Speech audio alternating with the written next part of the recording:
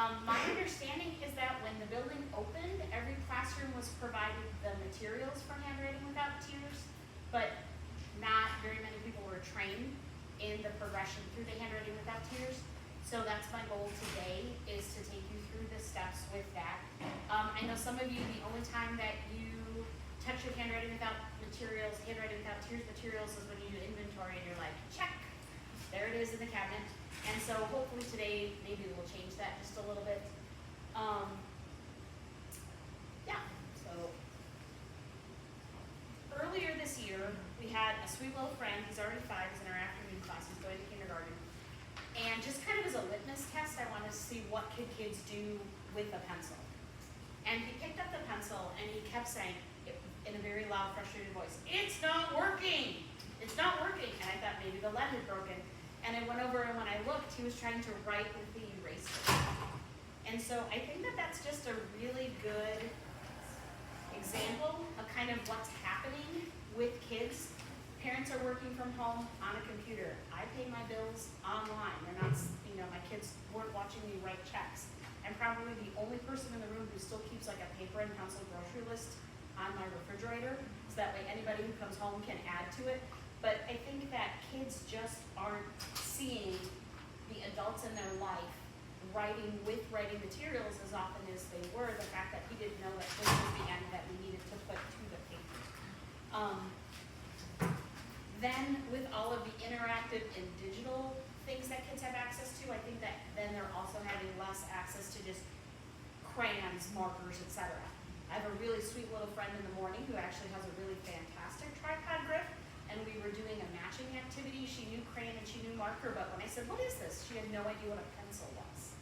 She is also going to kindergarten, but clearly has had more interaction with some writing materials. So that's kind of where this curriculum is going to jump a little bit and maybe fill in some of those holes. So some of you might be wondering, like, why am I the one choosing to give this presentation, or was asked to give this presentation? I was really lucky to live in Placerville, California for a number of years, and when I was there, I was a part of the El Dorado County Office of Education. And we fell under the Head Start State Preschool umbrella. And there are so many parallels to the Early Childhood Center and the El Dorado County Office of Education. Probably one of the biggest differences is we were actually housed on site at the student's local elementary school. So instead of coming to a centrally located building, I worked for the El Dorado County Office of Education, and we were at the elementary school that then they would eventually be attending. So our kids would feed right into kindergarten. Couple of caveats: I've been trained in Handwriting Without Tears multiple times. I haven't been trained to train other people. And I think that that's an important caveat to think about. There are some advantages, because I'm going to go a little off script, and there's going to be nobody from Handwriting Without Tears kind of doing a little finger wag at me. Some of the disadvantages are I might miss a step, and I will fully admit that I don't know it all. Where we lived in California, it was really beautiful. Yes, that is how picturesque it can be when it snows. Sadly, the people who lived there their entire lives or had been there, the parents grew up there and then they grew up there, it was locally referred to as poverty with a view, because we were in the same county as South Lake Tahoe. We ended right before Folsom, California, into Sacramento. We were 2 hours from Yosemite. It was really beautiful. But the majority of people living there were either in hospitality or they were in agriculture. So unless you were an owner of one of those types of places, you really financially were not making a lot. Plus, my husband and I joke that California, you can see the CA, that stands for costs a lot. Because even when I was living there 10 years ago, it was almost $5 a gallon of gas. So the cost of living is very high, and the county that we were in, because of the amount of agriculture that we had, whether it be vineyards or berry picking, apples, persimmons, etc., we had a lot of migrant, transient families where they were English language learners, and lots of times conversations were held. We had a lot of translators in the office, but conversations were held through the children to the parents because they were not confident in their English speaking skills. So this is where I first saw Handwriting Without Tears being really, really successful.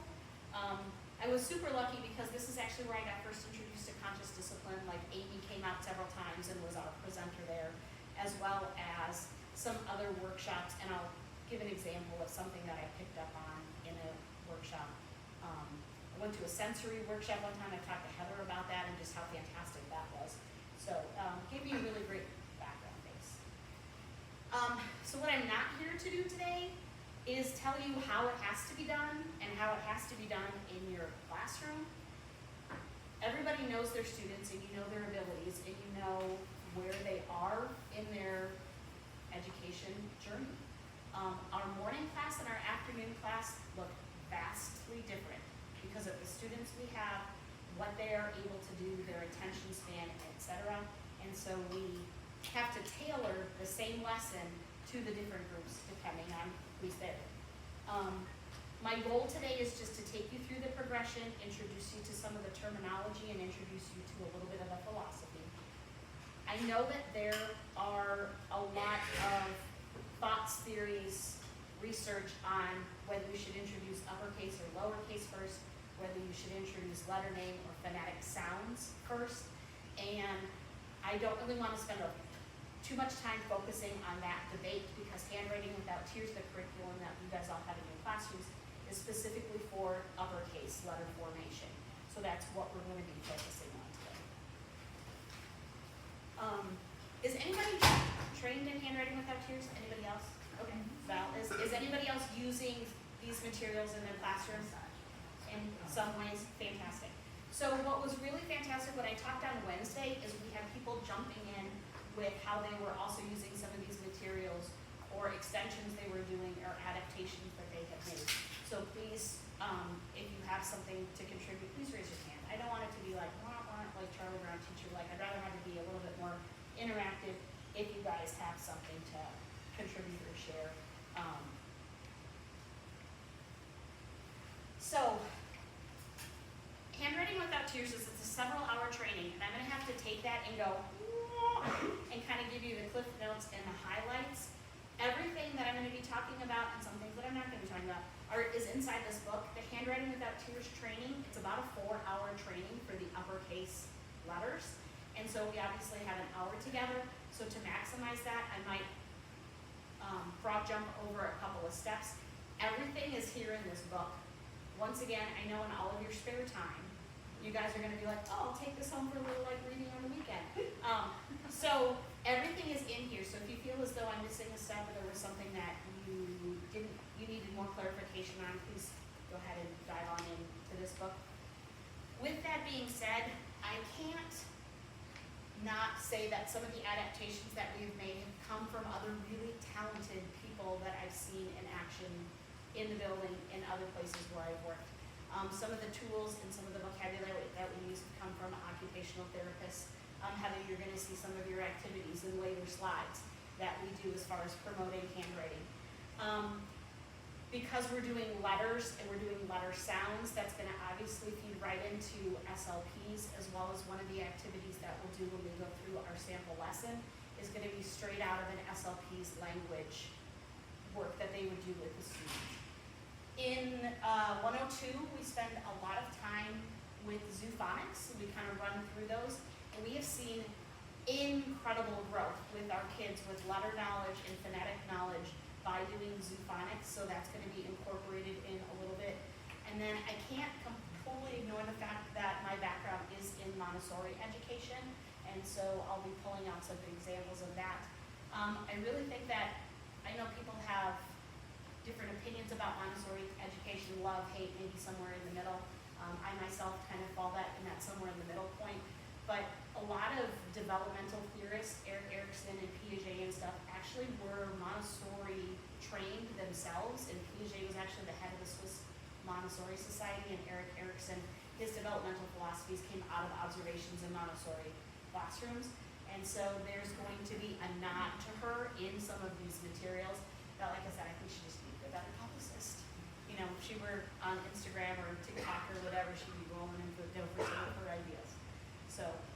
So it's going to be a little bit all-encompassing of these things and not just strictly Handwriting Without Tears. So I'm sorry if that's what you thought maybe today was going to be about. drumroll. So Handwriting Without Tears, it was created in 1977 by an occupational therapist whose son was really struggling with handwriting. So I have to give props to anybody who was like, hey, this is an area I have knowledge, I see a challenge in my own child, how many other kids are struggling with this, and so she went ahead and developed this materials, and now it's just taken off running. Handwriting Without Tears has been renamed Learning Without Tears, as they've gone beyond handwriting now. They have literacy, they have math, etc. And so the program itself has just really exploded into some of the other things that are out there. So just some of the nuts and bolts of Handwriting Without Tears. Obviously it's very research-based and research-backed. Handwriting Without Tears meets several of the standards by Head Start State Preschool, so that's why you see it in a lot of those settings. It's designed to be easy to teach and easy to learn. The lessons repeat every week, so students know what to expect. They're familiar with the materials once they've been introduced. That also then leads to the success because you're just scaffolding on knowledge that they already have. It's developed in a very appropriate sequence. It uses explicit instruction combined with guided practice. This book actually will tell you like what to say and different ways to actually communicate with the students, the different lessons, word for word, if you're in need of that. Promotes handwriting a little bit more automatically. It's multi-sensory in the fact that kinesthetic learners, visual learners, or auditory learners can all benefit from these. So many of the materials are hands-on. And then I know that some classrooms will occasionally pull this out. Maybe they have early finishers on a project, or this is a great way to introduce some of the different letter formation. Starting all the way here, this is one of my very first pages when you're just trying to figure out what a child's grasp is like. This is just point scribble, and they're just trying to, can they put their crayon onto it, and then can they scribble? Same thing here with the stars. So it starts very simply and then becomes more complex as you turn through the different pages. So that's that lesson book that it mentions. So Handwriting Without Tears, the foundation of it is these big wooden pieces that we have, and you can see it specifically says for capital letter formation. So I'm hoping that everybody here has one of these in their classroom. The very first step in introducing Handwriting Without Tears to your students is just introducing the vocabulary of big line, big curve, little curve. And then from these pieces, we can build every single letter of the alphabet. We really can. Go ahead, somebody give me a letter. And of course they always start with the first letter of their name. And they're like, oh, Logan. I'm like, big line, little line. I just made L for Logan. Kids really associate and take a lot of pride in their name, recognizing their name, writing their name. That letter is in my name, etc. So it's a great way to introduce them and get them excited about the materials. Other things that you want to do, and once again, these lessons are kind of straight from the book, so you want to make sure that kids are using that vocabulary, and you are using that vocabulary throughout. So there's a three-step, you didn't know I sit in the front row, I was going to pick on you for a minute. So there's a three-step process where you're going to label it. So I'm going to have you repeat after me. Can you say big line? Big line. Can you say little line? Can you touch the big line? Can you touch the little one? Awesome. This is the little line. This is the big line. Fabulous, we did it. And then kind of repeat that with the curves, and then eventually introducing all four. So you can see I start by giving the person the vocabulary, then I asked them, I still gave them the vocabulary, but they had to touch and differentiate which one. And then last, they had to name the big line and the little line, the big curve and the little curve.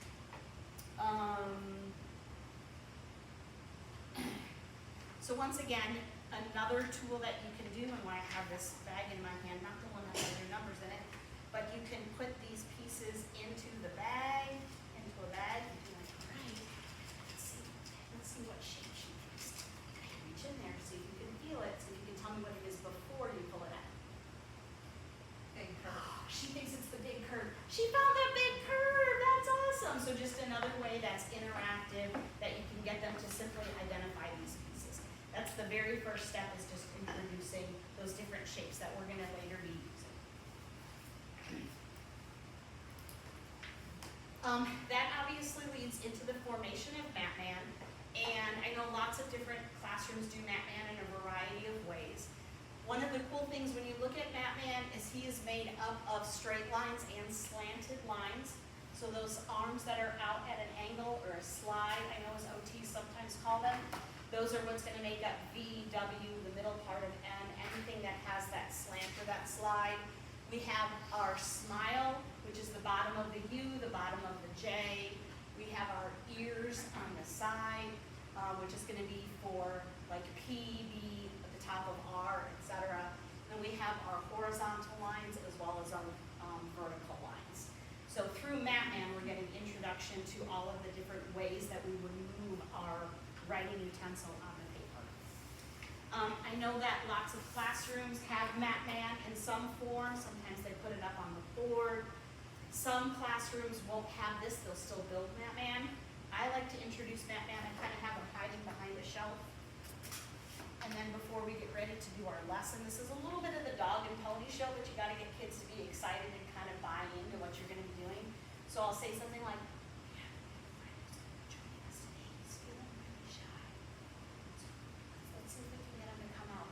and then like pull out his head and then have him duck back down. You know when you're feeling shy and maybe you're not ready to meet with people?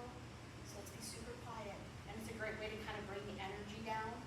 And then eventually come out and be like, you guys, this is my friend MapMan. And then we're going to talk about what do you notice about MapMan before we touch any of the pieces? What do you notice about MapMan? And because we've had some exposure to this, they're going to say, maybe they'll say his head is a circle. You're right, his head is a circle. What shapes make up his head? Oh, does MapMan look happy or sad? Because we've done, obviously, the introduction with feeling buddies. He looks happy. What shape is MapMan's smile? It's a little curve. Look at his ears. Everybody find your ears. Look, his ears are little curves. His arms are big lines. His feet are little lines. So then we'll kind of do our little progression into listening to MapMan.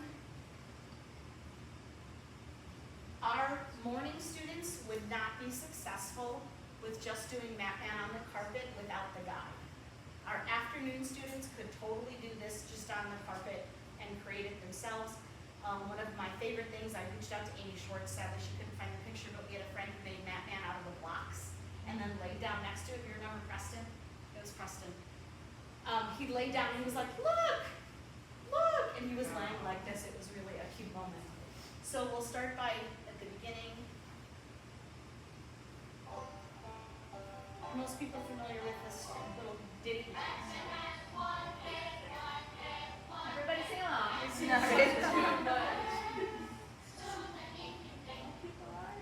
And I would pause there, and I'd be like, oh look, we're going to build MapMan's head. To build MapMan's head, we need 2 big curves. I know. We need 2 big curves. So either invite them up to put it on the one that you guys have done or do it on the carpet, depending on your class's ability. We had found some caps, orange juice caps for eyes and nose, and that's kind of a fun way because it gives a little bit of dimension to MapMan. And so since you guys are familiar with this, I won't take you through the entire song, but we will I'll pause it here, ask one student to come up and put on MapMan's head, MapMan's eyes, etc. And while the student is coming up, I'll ask everybody else, touch your head so you can think, touch your eyes so you can see, so that way our students who aren't coming up, well, when will I get a turn? Oh, everybody's going to get a turn right now, let's find our head. So it's a way to keep some engagement with everybody else. So here we have some friends from our class building MapMan. You can see they're both having to be working on his arms on his slide. And like I said, our morning friends need this, our afternoon friends did not, just because of how different they are in their abilities. I think the biggest takeaway from this would be as you're using them and you're giving them the pieces, big line, big curve, little curve, over and over and over again. There are several extensions with MapMan. I know our classroom and several classrooms will have the kids make their own MapMan. I've seen them in the hallways in the building. You can also draw MapMan, where you're using something and going over those dotted lines, giving him his arms, legs, etc. Here's progression cards if you want kids to draw their own Batman. And these are a whole bunch of resources that you can find online, you know, with each step. Here's another aid that you could use. This is how to build Batman. And these cards start here. And so students, you could put these on a binder and they can go through and build it themselves. I've seen that in a block area in a classroom where they had all the pieces here, and then they had a guide like this up on the thing, and then they could go ahead and build Batman. Here's another example where we start with Batman's head. Students are needing like a one-on-one. Turn the page, let's see what's next. Oh, it's Batman's nose. Let's find Batman's nose, etc. So lots of options there for extensions with Batman. On Wednesday, Sam Sims was saying that her class loves to draw Batman in shaving cream. And so they'll put shaving cream on a tray, and she'll sing, or she'll have this on an iPad with her small group, and they'll draw his head, his body, etc. So kind of cool to see another material. Any questions about that first? That's considered phase 1 of Handwriting Without Tears, is the introduction to the different shape pieces and then the introduction to Batman.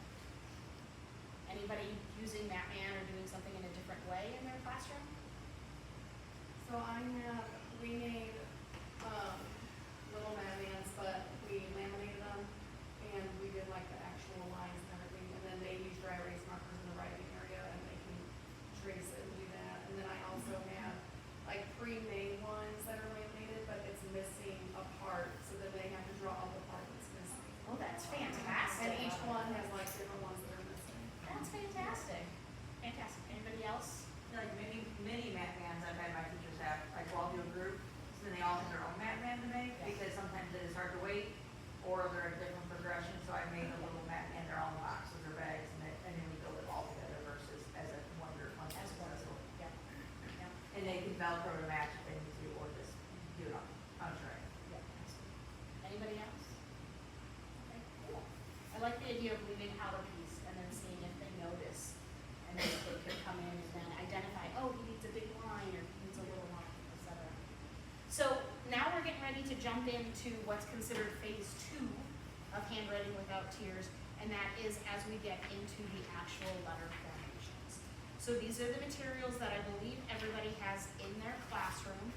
It should be a set of these cards where we're going to be putting our wooden pieces on. It should be this mat. This is the next step where then they build it independently. And then the last part is going to be the chalkboard.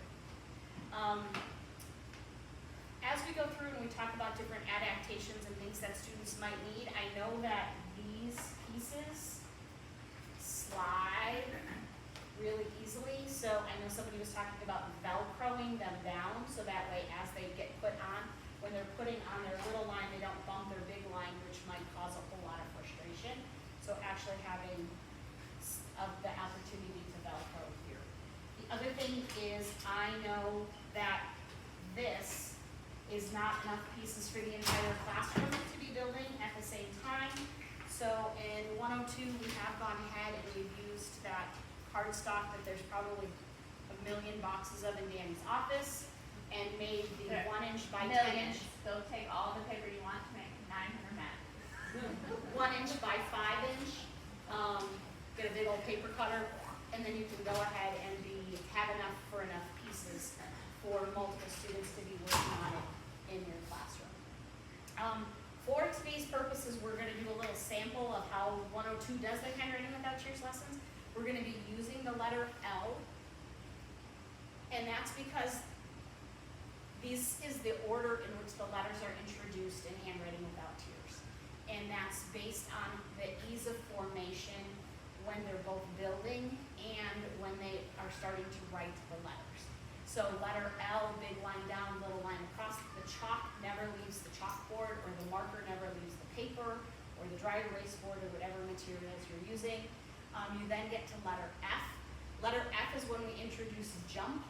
I know on the paper that I gave you, it does say frog jump, we just say jump, because if I say frog jump, I have somebody who's gonna be riveting across the classroom floor. So we just take out that term and just say jump. So big line down, jump to the top, little line across, jump to the middle, little line across.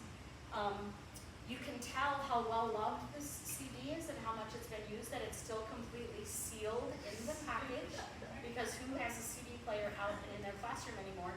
But there is a song on here that says, we always start our letters at the top.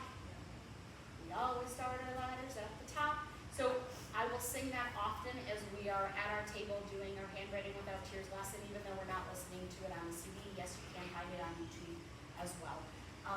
But that's one of the things that came as I'm sure at one point in time this was a cassette, you know, and then you had to rewind, am I there yet, and then became a CD, and now eventually all of those types of materials can be found on YouTube or online.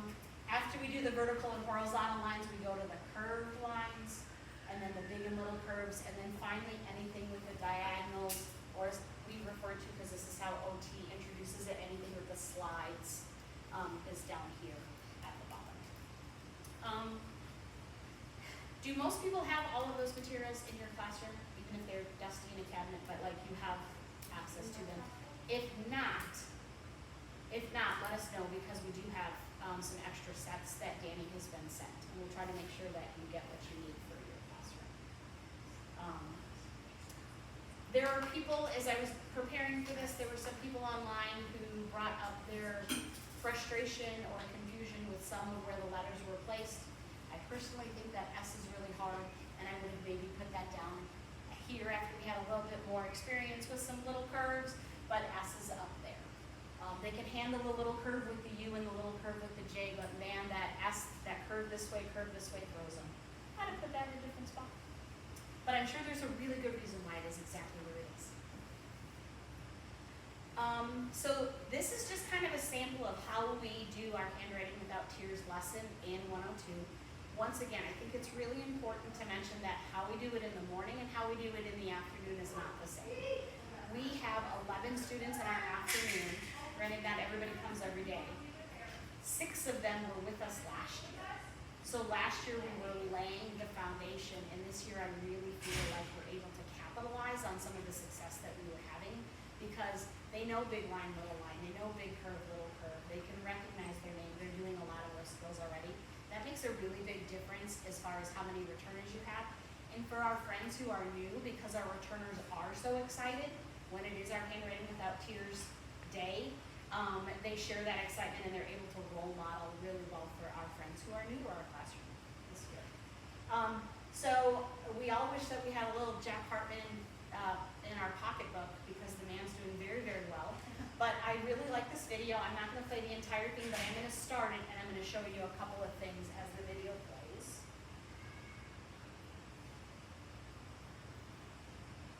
First of all, super catchy tune. The kids hear this come on, and they're very excited about it. They sing along.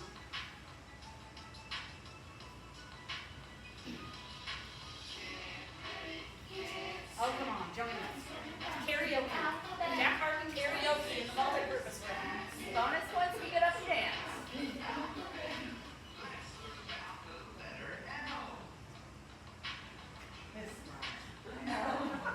Those are great veneers. This dentist is making a lot of money too.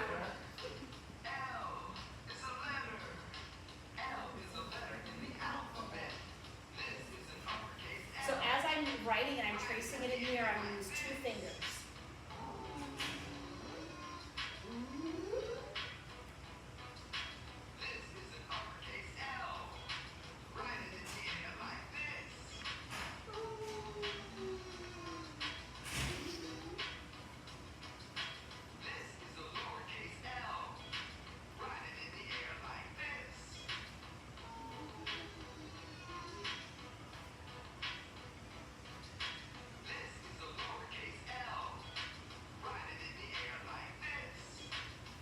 You guys are all being incredibly quiet, but by this time you are going to have friends saying, I have an L in my name, my name starts with an L, etc. And you're like, you're right, let's trace it in the air.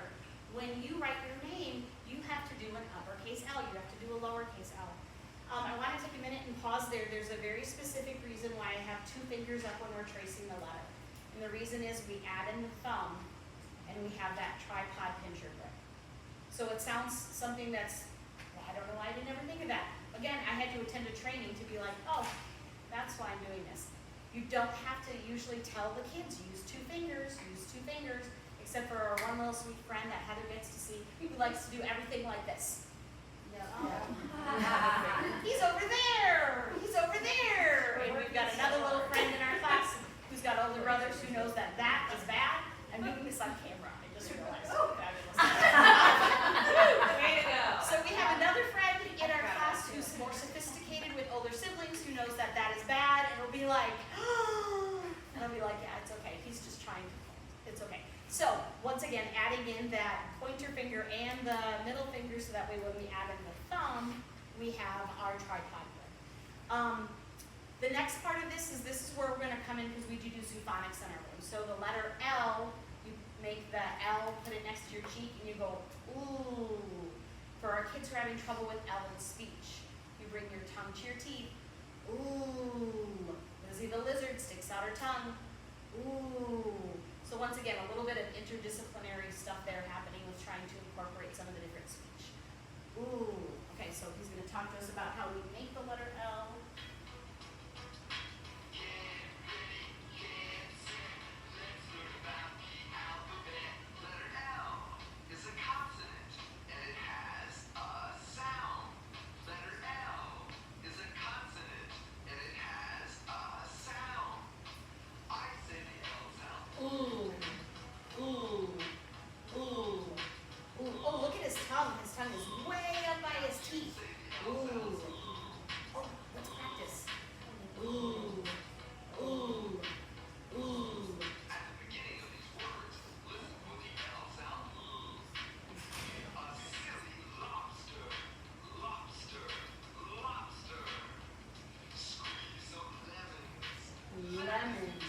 Lemons. Lots of times people will be like, we squeezed lemons with Mrs.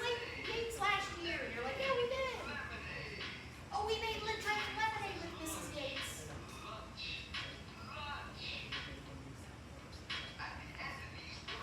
So then he goes into ending song, ending words. And I have to tell you, our morning friends are done by this time. So we just focused on initial words and we don't do it.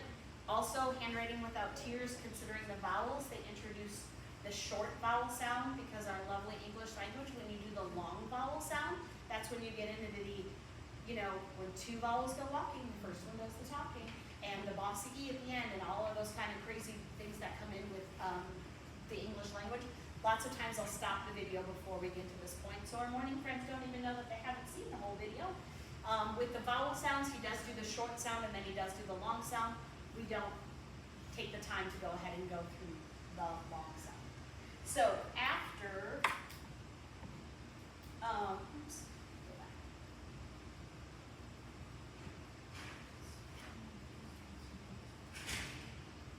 All right, I'm not sure what's happening there.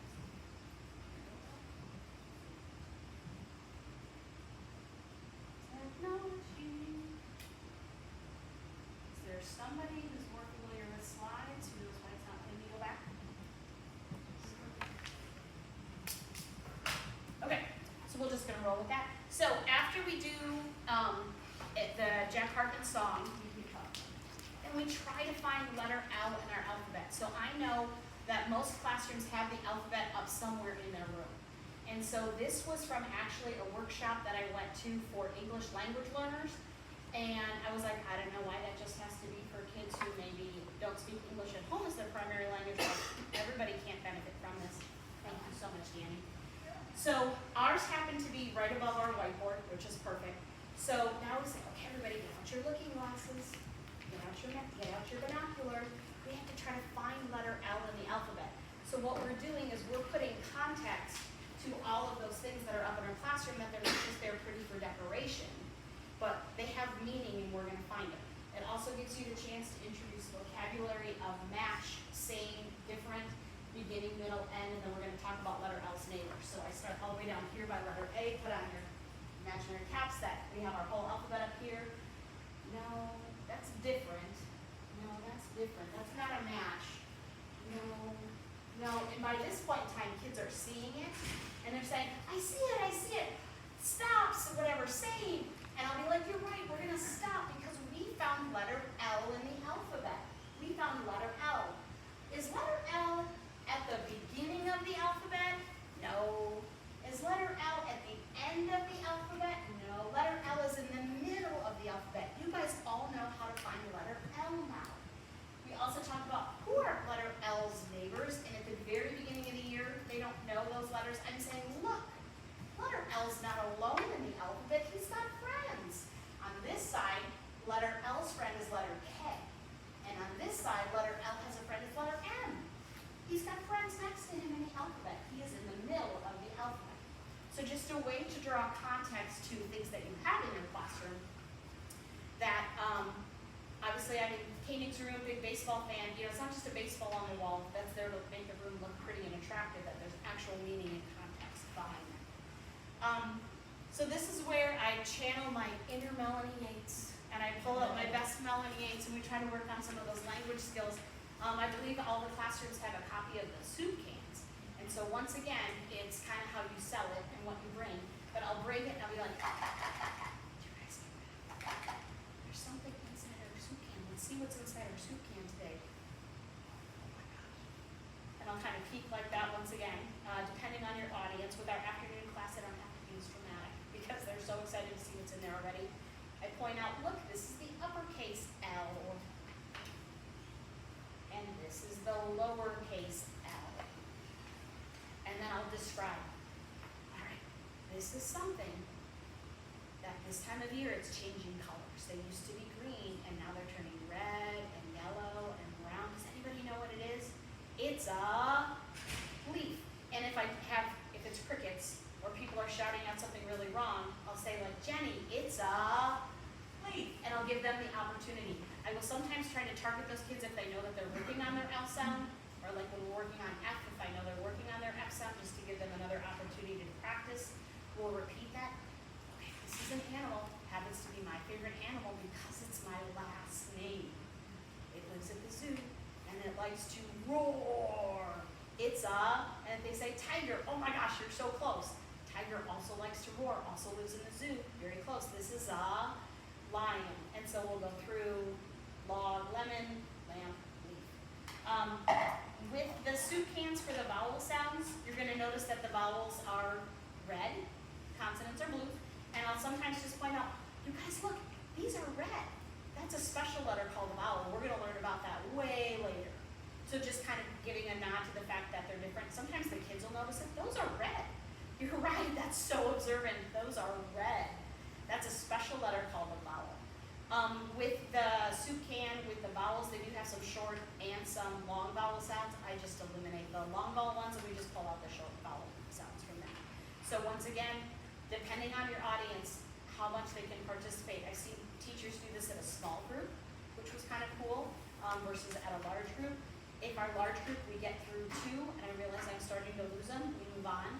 But kids usually really, really look forward to this. And they're familiar kind of with that format because Melanie Yates has done that when she comes in and she does our language groups with us. The next thing that we're going to do is we're going to build the letter L. And this is a fantastic way. All of the vocabulary, like I said, is here. I've handed out a paper with how to describe as you're building it. But if you're wanting an additional resource or you're wanting a video model, maybe for somebody who's needing some assistance, I don't usually show this video, but this is the way that I'll introduce it. We're going to build the letter. Hey friends, today we're going to learn how to form the letter L. L says ooh. Letter L can be made using 2 wooden block pieces, 1 big line and 1 little line. Let's see how uppercase L is formed. Let's trace letter L together. Remember, start at the top, make our big line down. Again, Now so let's with 2 trace our fingers. little line to the right.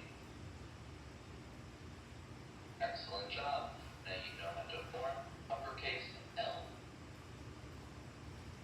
once again, the progression is if a child is needing a little bit more guidance, you can have them start by building on this card.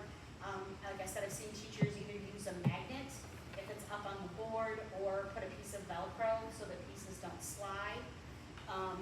Then the progression is where they have the smiley face, but they're building independently. So I think, Danny, right, if I hit escape, there we go, it took me back. Then the last step would be, if it's appropriate, writing the letter L. The Handwriting Without Tears materials comes with a chalkboard about this size. Again, it has the smiley face on it. The reason why the chalkboard is so important is this frame is what's gonna really help them be successful and provide that guided practice that they talked about earlier. The other thing with Handwriting Without Tears is they use tiny chalk. One of the favorite things I love to have kids color with is broken crayons. And kids will say, but it's broken. Broken crayons still color. And then they're forced to use that tripod grip without, you can't color and palm a small writing material. So the broken chalk is kind of, I shouldn't say broken. The short chalk is an important part of the Handwriting Without Tears curriculum. So we start at the smiley face, big line down, little line across. And then you're gonna go back and erase. You're not gonna erase just by going anywhere. You're gonna start at the smiley face, big line down, little line across. The Handwriting Without Tears says wet, dry, try. So they use the wet sponge, then they use a dry sponge, and then they use the chalk. I found that really cumbersome, even for our kids who have a lot of writing experience and a fair amount of confidence. It's a lot of materials. So lots of times we'll just do the chalk and then the wet sponge. And if I know that I have a student who's gonna need a little bit of extra help, I'll say, look, follow. Big line down, little line across, and then I'll give them so they already have the guide here with the chalk.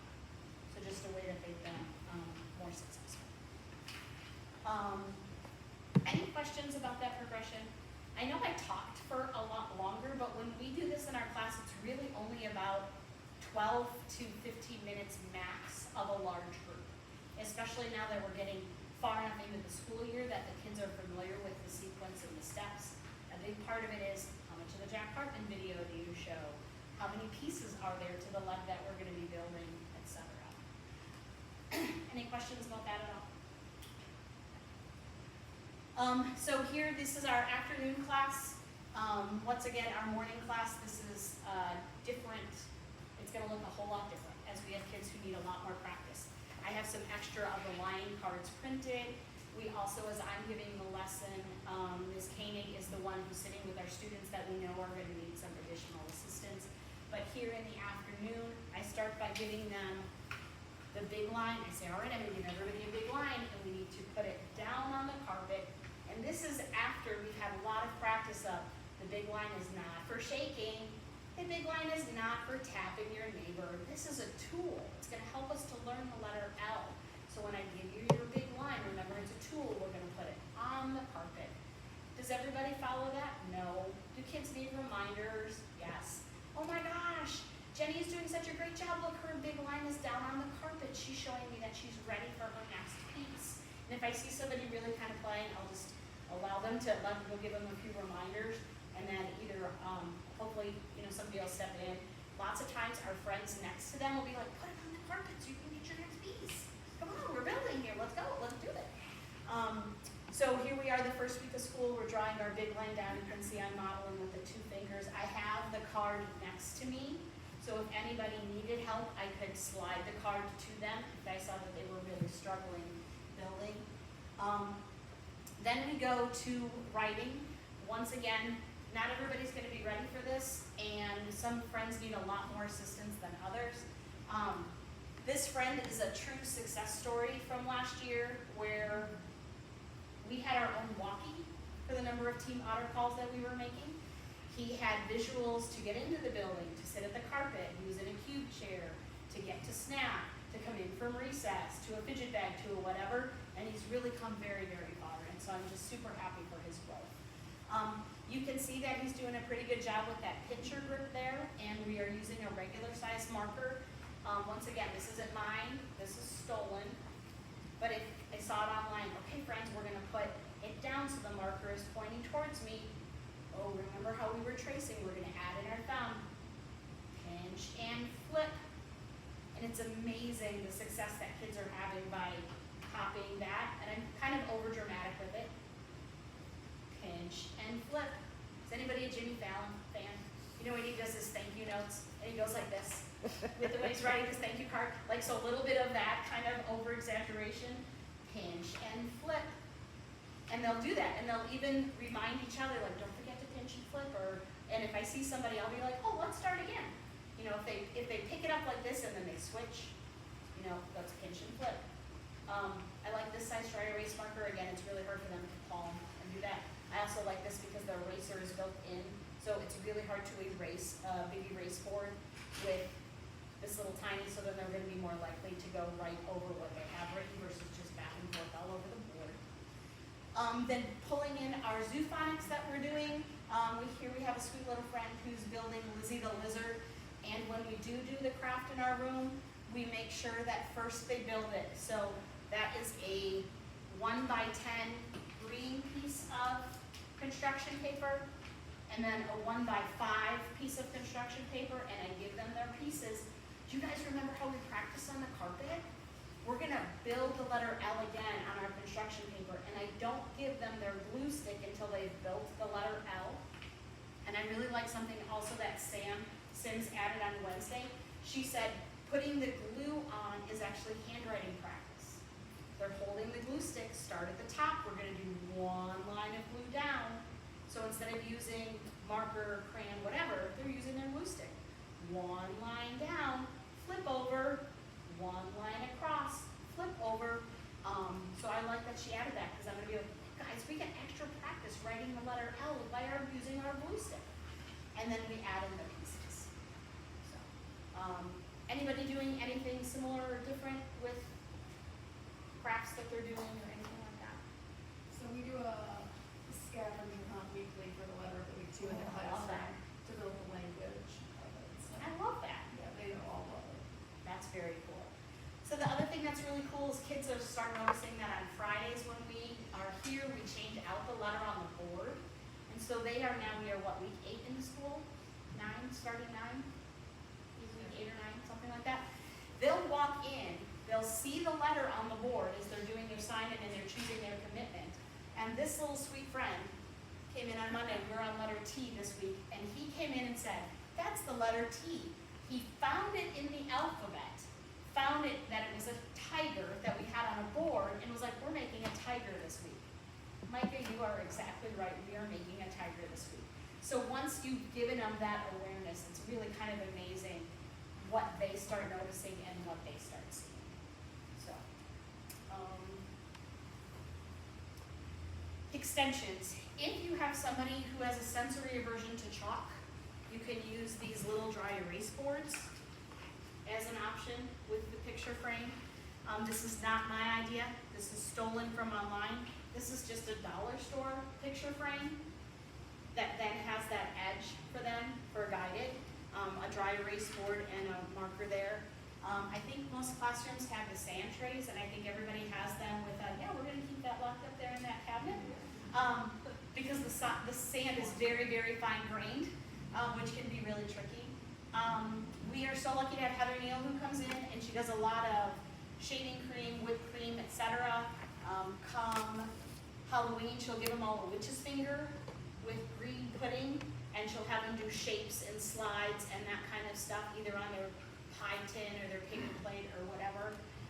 Once again, kids might have a sensory aversion to that, which is why that witch's finger was kind of a nice option if they don't actually want to touch it. I thought this was kind of cool. Here it is paint in a Ziploc bag. You can see it's taped at the top and the bottom. Heather came in and was doing something with paint, and she cut the Q-tips in half so that way they couldn't palm the Q-tips, which is kind of another idea. And then if they're really not able to write, but you want to give them a tactile representation, we have, I believe all the classrooms have a copy of the sandpaper letters, upper and lowercase.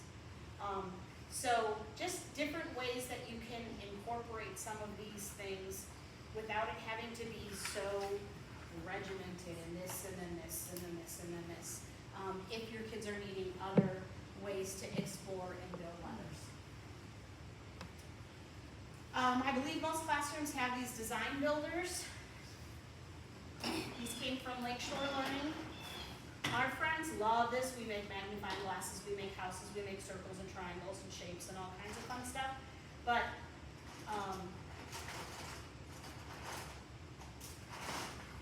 big line, little line, we just make a letter L.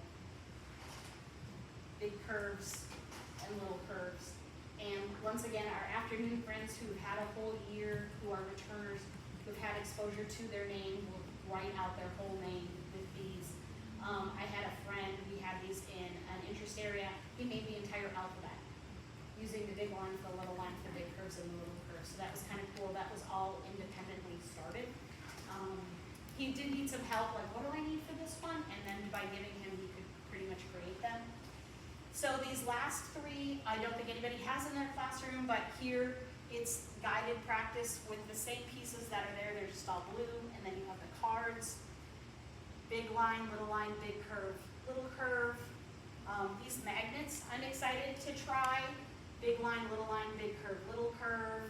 And then you have the letter to form them on, so those are magnetic. And then how fun would this be for like the buildings unit? With the golf tees and the hammer. Once again, big line, big curve, little curve. So while it's not in the Handwriting Without Tears format kit, obviously other people are like, hey, that's a fantastic tool to give kids exposure to letter formation and development. And so these are all Lakeshore. And there's several more out there. I just kind of picked a few that I thought were really cool. Anybody have anything else like that they're using in their classroom or ways that they're forming letters? I mentioned the block area. We have the big curves and the little curves.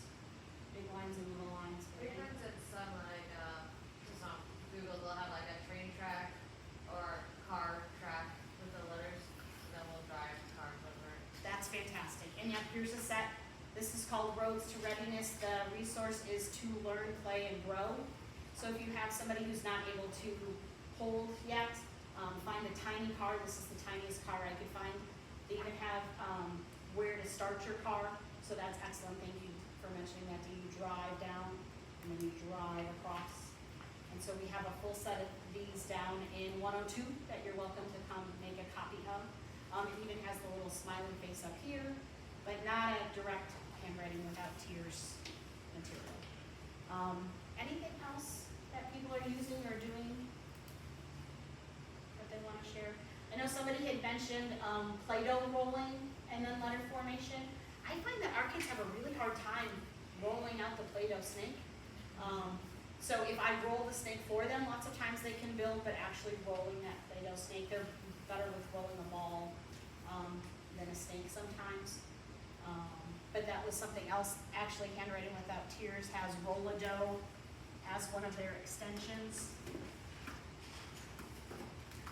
And then also this is a magnetic stamping kit that is coming from Handwriting Without Tears. I've seen them with the wiki sticks too, yeah. Oh, wikis, that's another great idea. Yeah. I have the wiki sticks, but I also have like, ABCs upper and lowercase with, they have sand on them, like that stripe, you know, so you can like sandpaper, so the kids can touch it and get that tactile. So a bigger version of this, because you're right, these are small. These are those sandpaper letters. Oh, they are, okay, Yeah, got so it. just a bigger version of what's in the Yes, bigger, yeah, they're like an index card. Yeah, yeah, so cool. Yeah, and you can certainly make that. I mean, go and get some really coarse sandpaper and cut 1 inch by, it's gonna kill your scissors, but 1 inch by 10 inch strips or 1 inch by 5 inch, and then cut out some big curves. So that way they can maybe build that way. Anything else that anybody is having success with? Okay, so just two more slides that I want to get through real quick because, oh, we have 3 minutes, I love that. We tend to make one of these Google slides. I was subbing one time in Dee's classroom. You weren't there, but she has a DJ for one of her class jobs, and the DJ gets to pick what they listen to. They really love this turn and learn one, where it reveals a part of the picture, and then until the whole picture is complete. Kind of like you were saying, this one down here is find the letter. So the letter appears 3 times, upper and lowercase. Here we have another Jack Hartman video. Here we have another Jack Hartman video. Grace's Corner has a letter video. I just didn't have room for all of them on the slide. But just some really fantastic other tools that maybe your kids will connect with more if they don't like the very first Jack Hartman video that I showed. We will lots of times use these after as we're waiting for dismissal. Because we have those kids whose parents are in line at 10:45. And then we have one sweet friend who's with us till 11:35 every day, and he kind of needs something to watch and something to do. Just some options there. So the last thing that I want to leave you with, I'm just going to let you read it kind of to yourself as I go to that slide. But it's something that I was attending a workshop and it really resonated with me. I left this out on Wednesday and thought, since I have the opportunity, just something that as I've shared it with different people, it has kind of resonated with them. So I'll let you read this, and then anybody who didn't get a number, I'm going to go around and hand out a few more. Oops, it's going to take me all the way through. Hang on, friend, sorry.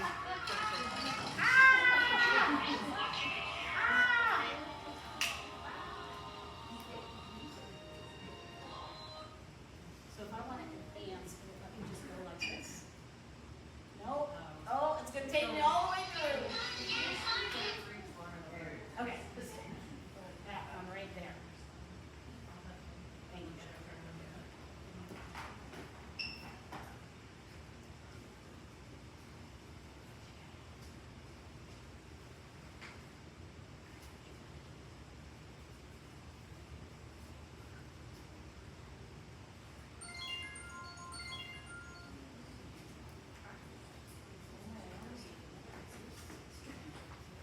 Anybody else not get a number?